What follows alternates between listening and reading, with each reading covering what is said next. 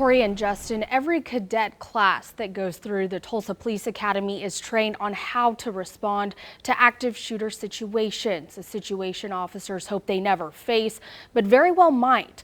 But the training officers are taught is training that's developed over the years. I spoke to the commander of the Tulsa Police Department's Special Operations team about how active shooter responses have changed over the decades.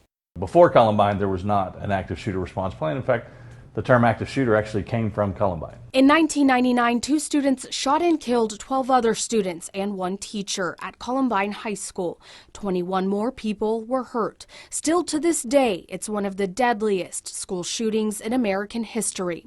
At that time, law enforcement officers were not trained to go into the situation. The playbook, if you will, for law enforcement was to contain events like that and then call for more resources. Many times that would include a SWAT team or a special weapons and tactics team. So at Columbine, that's basically what happened. The patrol officers that responded contained it.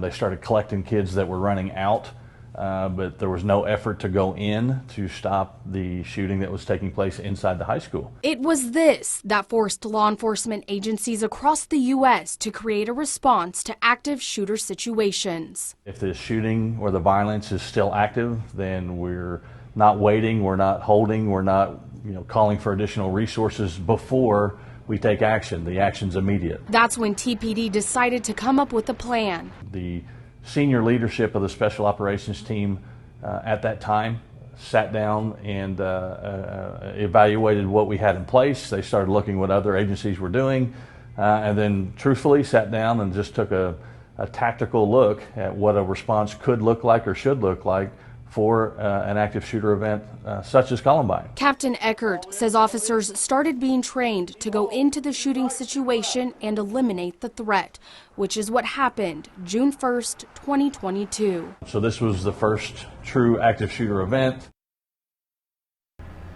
Captain Eckert says the active shooter response plan that Tulsa police follow is one that majority of law enforcement agencies across the U.S. follow. In studio, I'm Shay Smith. Corey and Justin, back to you.